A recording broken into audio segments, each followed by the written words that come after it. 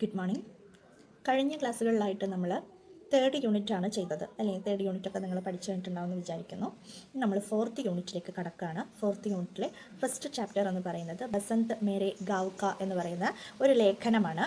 മുകേഷ് നൗട്ടിയാലാണ് ഇതിൻ്റെ ലേഖകക്കാർ.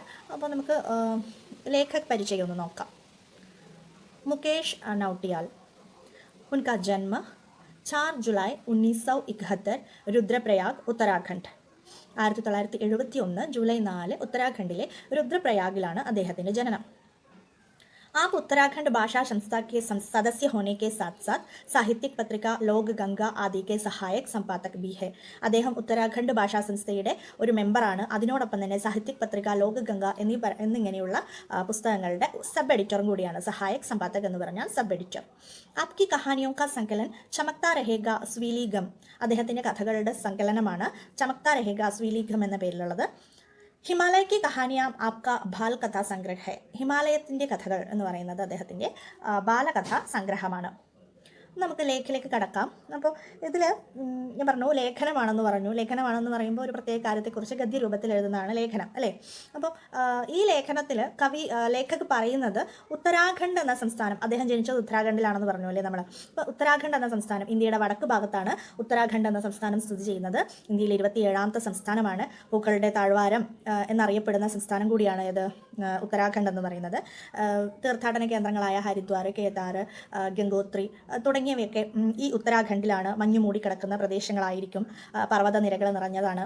അപ്പോൾ വളരെ ഭംഗിയുള്ള പ്രകൃതി ഭംഗി നിറഞ്ഞ സ്ഥലമാണ് ഇതെന്ന് പറയുന്നത് ഉത്തരാഖണ്ഡ് എന്ന് പറയുന്നത്. അപ്പോൾ ആ ഉത്തരാഖണ്ഡിലെ എന്താ പറയുക പർവ്വതങ്ങളെക്കുറിച്ചും അവിടുത്തെ ചില പ്രത്യേക വിശേഷം അല്ലെങ്കിൽ ചില പ്രത്യേക ഉത്സവങ്ങളെക്കുറിച്ചും ഒക്കെയാണ് ലേഖക് ഈ ലേഖനത്തിലൂടെ നമ്മളോട് പറയുന്നത്. ബസന്ത് മേരെ ഗാവ് കാ, എൻ്റെ ഗ്രാമത്തിലെ വസന്തം എന്ന ഈ ലേഖനത്തിൽ കൂടെ പറയുന്നത്. അപ്പോൾ നമുക്ക് നോക്കാം. मकर संक्रांति के बाद सूरज पंचाचूली के शिखरों से चौखंबा पर्वत की तरह घिसकना शुरू कर देता है. मकर संक्रांतिക്ക് ശേഷം, മകര സംക്രാന്തിക്ക് ബാദ് എന്ന് പറഞ്ഞാൽ മകര സംക്രാന്തിക്ക് ശേഷം സൂര്യൻ പഞ്ചാചൂലി കെ ശിഖറോം സേ, പഞ്ചാചൂലി 5 ശിഖരങ്ങളോട് കൂടിയ 5 കൊടുമുടികളോട് കൂടിയ പർവ്വതമാണ് ഏത് പഞ്ചാചൂലി എന്ന് പറയുന്നത്.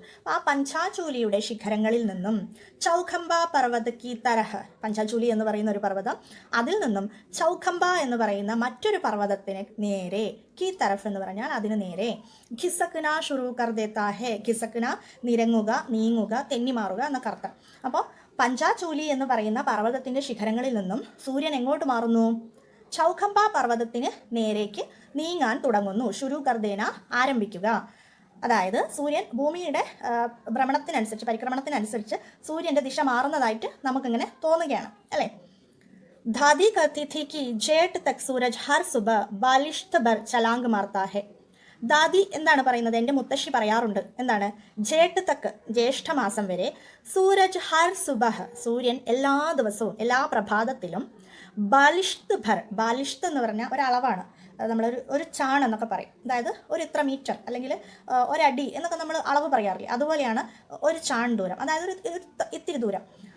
എല്ലാ ദിവസവും സൂര്യൻ എന്ത് ചെയ്യും? ജ്യേഷ്ഠമാസം മുതൽ എല്ലാ ദിവസവും സൂര്യൻ ബാലിഷ്ത് ഭർ, ഒരു ചാൺ ദൂരം, ചലാങ്ക് മാർത്താഹെ, ചലാങ്ക് മാറണ എന്ന് പറഞ്ഞാൽ കുതിച്ചു ചാടുക, തുള്ളിച്ചാടുക എന്നൊക്കെ അർത്ഥം.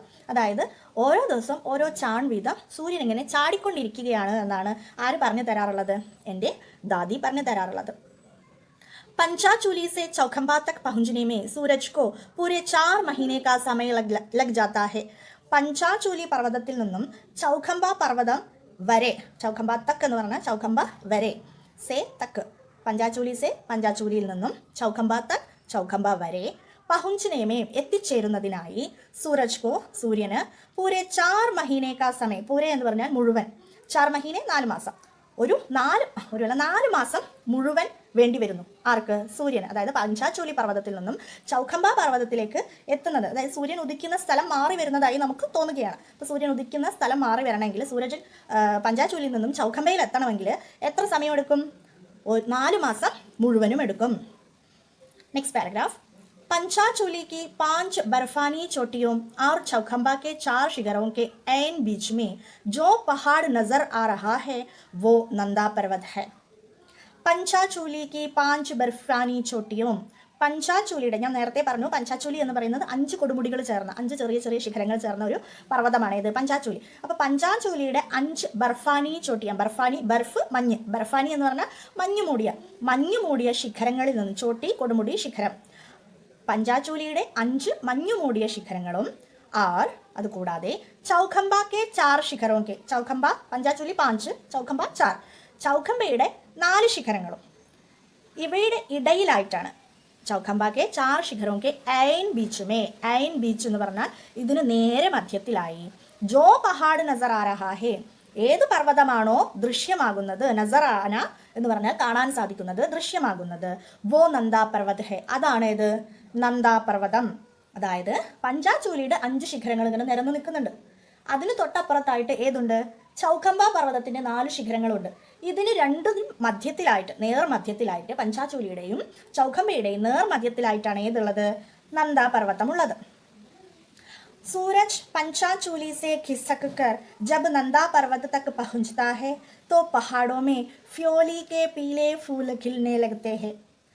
सूरज पंचाचूली से खिसक कर, സൂര്യൻ പഞ്ചാചൂലി പർവ്വതത്തിൽ നിന്നും നീങ്ങിക്കൊണ്ട്, ഖിസക്കിനെ ഞാൻ അപ്പോഴേ പറഞ്ഞു തന്നു, നീങ്ങുക, നിരങ്ങുക, തെന്നിമാറുക എന്നൊക്കെ. സൂര്യൻ പഞ്ചാചൂലിയിൽ നിന്നും മെല്ലെ നീങ്ങിക്കൊണ്ട് നന്ദാ പർവ്വതത്തക്ക് പഹുഞ്ചത്താഹേ, നന്ദാ പർവ്വതം എത്തുമ്പോഴേക്കും പഹാഡോമേ ഫ്യോലി കെ പീലെ ഫൂല് ഖിൽനെ ലഗത്തെ ഹേ, പർവ്വതങ്ങളിൽ ഏത് പൂ വിരിഞ്ഞിട്ടുണ്ടാവും, ഫ്യോലി എന്ന് പറയുന്നത് ഒരു തരത്തിലുള്ള പൂക്കളാണ്. നമ്മുടെ നീലക്കുറിഞ്ഞി പൂക്കുന്നതൊക്കെ നിങ്ങൾ കേട്ടിട്ടില്ലേ, നീല നിറത്തിലുള്ള പൂക്കൾ മലമൃതി, ആ പർവ്വതത്തിൻ്റെ മുകളിൽ നിറയെ പൂത്ത് കിടക്കുമ്പോൾ ആ പ്രദേശം മുഴുവൻ, ആ മലനിര മുഴുവൻ നീല നിറമായി കാണും അല്ലേ.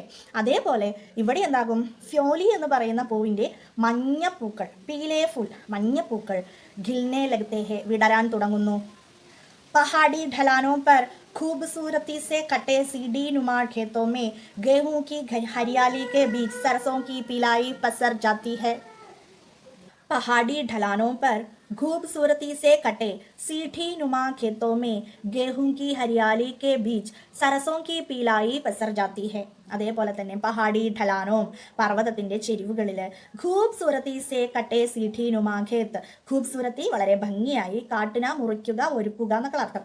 സീഠി നുമ സ്റ്റെപ്പ് ബൈ സ്റ്റെപ്പായിട്ടുള്ള പടവുകളായിട്ടുള്ള, ഖേത്ത് കൃഷിയിടം, മനസ്സിലായി, നിങ്ങൾ കണ്ടിട്ടുണ്ടാവില്ലേ, ഊട്ടിയിൽ മൂന്നാറിലൊക്കെ കണ്ടിട്ടുണ്ടാവില്ലേ, തേയില കൃഷി എങ്ങനെയാണ്, തട്ടുകളായിട്ടാണ് അല്ലേ പർവ്വത പ്രദേശങ്ങളിൽ. അതേപോലെ പർവ്വതത്തിൻ്റെ ചരിവുകളിൽ വളരെ ഭംഗിയായി ഒരുക്കിയിട്ടുള്ള പടവുകളായിട്ടുള്ള കൃഷിയിടത്തിൽ ഗേഹൂം കി ഹരിയാലി കെ ബീച്ച്, എന്താണ് വിതച്ചിട്ടുള്ളത്, ഗേഹുമാണ്, ഗോതമ്പിൻ്റെ ആ പച്ചപ്പിനിടയിലായി, കെ ബീച്ച് ഇടയിലായി, സരസോം കി പീലായി പസർ ജാത്തി ഹെ, സരസ് കടുകാണ്, സരസോം കി പീലായി കടുകിൻ്റെ ചെടി പൂവിട്ടിട്ടുണ്ട്, അതിൻ്റെ മഞ്ഞപ്പൂവാണ്. അപ്പോൾ ഈ ഗോതമ്പിൻ്റെ പച്ച നിറമുള്ള ചെടികൾക്കിടയിലായിട്ട് ഏതും കൂടിയുണ്ട്, കടുകിൻ്റെ മഞ്ഞപ്പൂക്കൾ പരന്നിരിക്കുന്നു, അതിൻ്റെ മഞ്ഞ നിറം പരന്നിരിക്കുന്നു. ഒന്ന് സങ്കല്പിച്ച് നോക്കൂ, വളരെ രസമായിരിക്കും അല്ലേ കാണാൻ, എന്ത് മനോഹാരിതയായിരിക്കും. ബസന്ത് ബൗറാനെ ലഗ്താഹേ, എന്താവാൻ തുടങ്ങി, വസന്തം വിടരാൻ തുടങ്ങി അല്ലേ, വസന്തം പൂവിട്ടു തുടങ്ങി, അല്ലെങ്കിൽ വസന്തം വന്നു തുടങ്ങി. ബസന്ത് ഫുൽദേയി കാ ത്യോഹാർ ലേക്കർ ആത്താഹേ, ഫുൽദേയി പൂക്കളുടെ ദേവത, വസന്തം പൂക്കളുടെ ദേവതയുടെ ഉത്സവവും കൊണ്ടാണ് വരുന്നത്. ഫുൽദേയി കാ ത്യോഹാർ ഉത്തരാഖണ്ഡിലെ ഈ പർവ്വത പ്രദേശങ്ങളിൽ ആഘോഷിക്കുന്ന ഒരു ഉത്സവമാണ്. നമ്മളിവിടെ പൂക്കളുടെ ഉത്സവമാണ് അല്ലേ, ഓണം പോലെ തന്നെ ഏകദേശം. അപ്പോൾ വസന്തം പൂക്കളുടെ ദേവതയുടെ ഉത്സവം കൊണ്ടാണ് ഏത് കാലം വരുന്നത്, വസന്തകാലം വരുന്നത്. ദേർ ഷാം തക് ബച്ചേ ഫൂൽ ചുൻതേ ഹേ, വൈകുന്നേരം ആവുവോളം, വൈകുന്നേരം ആവുവോളം കുട്ടികൾ എന്ത് ചെയ്യുന്നു, പൂക്കൾ ഇറുക്കാൻ പോകുന്നു അല്ലേ, പൂക്കൾ തേടി പോകുന്നു. ചുന്ന ശേഖരിക്കുക, തേടുക, തിരഞ്ഞെടുക്കുക എന്നൊക്കെ അർത്ഥം. നമ്മൾ പോവാറുണ്ട്, പണ്ടൊക്കെ കുട്ടികൾ പോവാറുണ്ടായിരുന്നു അല്ലേ, പൂക്കൂടെയൊക്കെ എടുത്ത് ഓണത്തിന് പൂവിടാൻ വേണ്ടി. 10 മുതൽ 10 ദിവസം പൂവിടണം നമുക്ക് വീട്ടുമുറ്റത്ത്. അപ്പോൾ നമ്മൾ പൂക്കൾ ഇറുക്കാൻ വേണ്ടി പോയിരുന്നു. ഇപ്പോൾ നമ്മൾ പൂക്കൾ വാങ്ങിക്കാറാണ് ചെയ്യുക, പക്ഷേ പണ്ട് നമ്മൾ പൂക്കൾ ഇറുക്കാൻ പോകുമായിരുന്നു. എൻ്റെയൊക്കെ ചെറുപ്പകാലത്ത് പോകുമായിരുന്നു. അപ്പോൾ അങ്ങനെ ഈ ഉത്തരാഖണ്ഡിലെ കുട്ടികൾ ഇപ്പോഴും പോകും. അപ്പോൾ അവരെന്ത് ചെയ്യും, വൈകുന്നേരങ്ങളിൽ നാളത്തേക്ക് വേണ്ട പൂക്കൾ ഇറുക്കാൻ പോകും. इन फूलों को रिंगाल बांस की एक प्रजाति से बनी घास तरह की टोकरियों में रखा जाता है. इन फूलों को, ഈ പൂക്കളെ, റിംഗാൽ എന്ന് പറഞ്ഞാൽ എന്താണെന്ന് കൊടുത്തിട്ടുണ്ട്, ബാസ് की एक പ്രജാതി, ബാസ് എന്ന് പറഞ്ഞാൽ മുള, പ്രജാതി എന്ന് പറഞ്ഞാൽ വേറൊരു വകഭേദം, അതായത് മുളയുടെ വേറൊരു തരത്തിലുള്ള ചെടി, മുള പോലെ തന്നെയുള്ള വേറൊരു തരം ഇതിനെയാണ്, മുളയുടെ വേറൊരു വകഭേദത്തിനെയാണ് എന്തെന്ന് പറയുന്നത്, റിംഗാൽ. ആ റിംഗാൽ കൊണ്ടുണ്ടാക്കിയ ഘാസ് തരഹക്കി, പ്രത്യേക തരത്തിലുള്ള, ഘാസ് എന്ന് പറഞ്ഞാൽ സ്പെഷ്യൽ ആയിട്ടുള്ള, ടോക്കരി കുട്ട, ആ ടോക്കരിയിൽ ഇട്ട് വെക്കും പൂക്കൾ.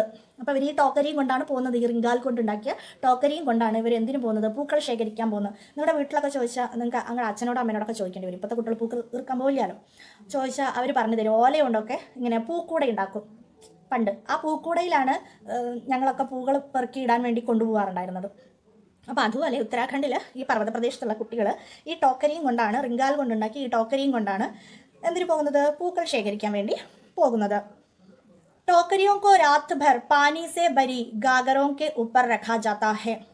ഈ ടോക്കരികളെ, ഈ കൂടകളെ, ഈ കുട്ടകളെ രാത്ത് ഭർ, രാത്രി മുഴുവനും പാനി സേ ഭരി, വെള്ളം നിറച്ചു വെച്ചിട്ടുള്ള ഗാഗറോം കെ ഊപ്പർ, ഗാഗർ എന്ന് പറഞ്ഞാൽ മൺകുടം, മൺകുടങ്ങളുടെ മുകളിൽ വെക്കുന്നു. എന്തിനായിരിക്കും, പൂക്കൾ വാടിപ്പോവാതിരിക്കാൻ വേണ്ടിയിട്ട്. താക്കി വേ സുബഹ തക് മുർജാന പായ്, എന്തിനു വേണ്ടിയിട്ടാണ്, അവ രാവിലെ ആവുമ്പോഴേക്കും മുർജാന പായ്, മുർജാന വാടുക, വാടാതിരിക്കാൻ വേണ്ടിയിട്ടാണ്. സുബഹ പൗ ഫട്തേ ഹി ബച്ചോं की टोलियां गांव भर में घूमती है. സുബഹ രാവിലെ, പൗ ഫട്ന നേരം പുലരുക, നേരം പുലരുമ്പോഴേക്കും ബച്ചോं की टोलियां കുട്ടികളുടെ ഗ്രൂപ്പ്, ടോലിയ ഗ്രൂപ്പ്, കുട്ടികളുടെ ഗ്രൂപ്പ്, ഗാവ് ഭർ മേ ഘൂമത്തി ഹെ, ഗ്രാമം മുഴുവൻ ഇങ്ങനെ കറങ്ങാൻ തുടങ്ങും, ഘൂമന കറങ്ങുക. पिछली शाम चुने गए फूल घरों की देहरियों पर सजाए जाते हैं.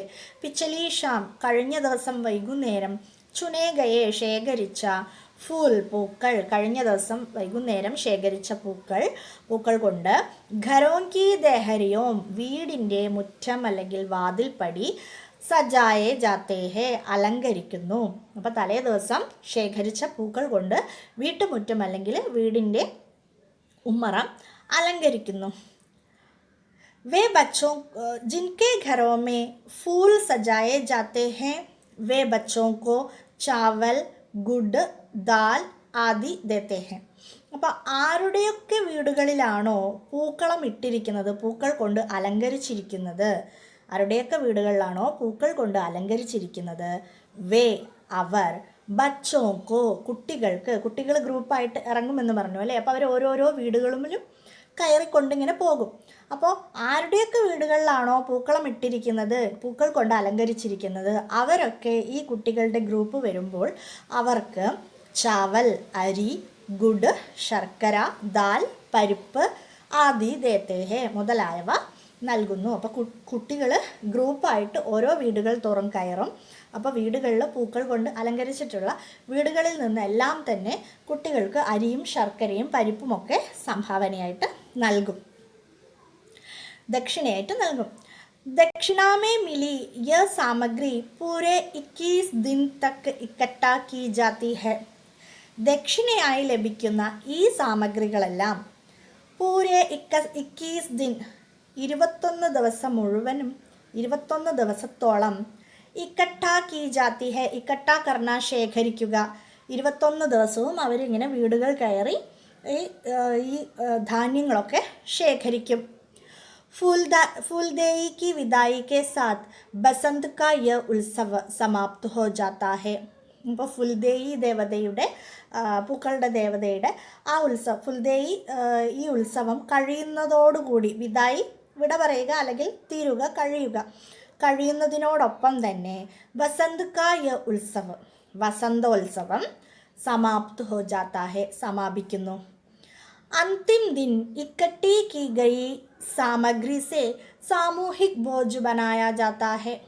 അവസാന ദിവസം, അവസാനത്തെ 21ാമത്തെ ദിവസം ഈ ശേഖരിച്ച ധാന്യങ്ങൾ കൊണ്ട് സാമൂഹിക് ഭോജ് ബനായ ജാത്താ ഹെ, കൂട്ടായി ഭക്ഷണം ഉണ്ടാക്കുന്നു അവർ. इस आयोजन में बड़ों की भूमिका केवल सलाह देने तक सीमित होती है.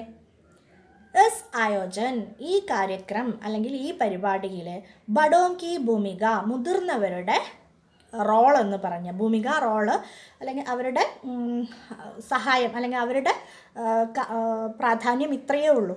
കേവൽ സലാഹ് ദേനെ തക് സീമിത് ഹോത്തി ഹെ, എന്ത് മാത്രമേ ഉള്ളൂ, അവർക്ക് വേണ്ട നിർദ്ദേശങ്ങൾ കൊടുക്കുക, കുട്ടികൾക്ക് വേണ്ട നിർദ്ദേശങ്ങൾ കൊടുക്കുക എന്നതു മാത്രമേ മുതിർന്നവർക്ക് ഈ പ്രോഗ്രാമിൽ റോളുള്ളൂ. സലാഹുദേന, നിർദ്ദേശം നൽകുക. ബാക്കി സാരേ കാം ബച്ചേ കർത്തേ ഹേ. ബാക്കി കാര്യങ്ങളൊക്കെ ആരാണ് ചെയ്യുന്നത്? കുട്ടികൾ തന്നെയാണ് ചെയ്യുന്നത്. उत्तराखंड के हिमालयी अंचल में फुलदेई से बड़ा बच्चों का कोई दूसरा त्योहार नहीं है. ഉത്തരാഖണ്ഡിൻ്റെ ഹിമാലയ പ്രദേശങ്ങളിൽ ഫൂൽദേയിയേക്കാളും വലിയ കുട്ടികളുടെ വേറൊരു ഉത്സവം ഇല്ല. കുട്ടികളുടെ ഏറ്റവും വലിയ ഉത്സവമായിട്ടാണ് ഉത്തരാഖണ്ഡിലെ ഹിമാലയ പ്രദേശങ്ങളിലെ ആളുകൾ ഈ ഫുൽദേയി ത്യോഹാർ ആഘോഷിക്കുന്നത്. ഇതുവരെ പറഞ്ഞത് മനസ്സിലായിട്ടുണ്ടാവുമെന്ന് വിശ്വസിക്കുന്നു. അപ്പം അടുത്ത ഭാഗം നമുക്ക് നെക്സ്റ്റ് ക്ലാസ്സിൽ ചെയ്യാം. എന്തെങ്കിലും സംശയം ഉണ്ടെങ്കിൽ ചോദിക്കാം നിങ്ങൾക്ക്. നന്ദി.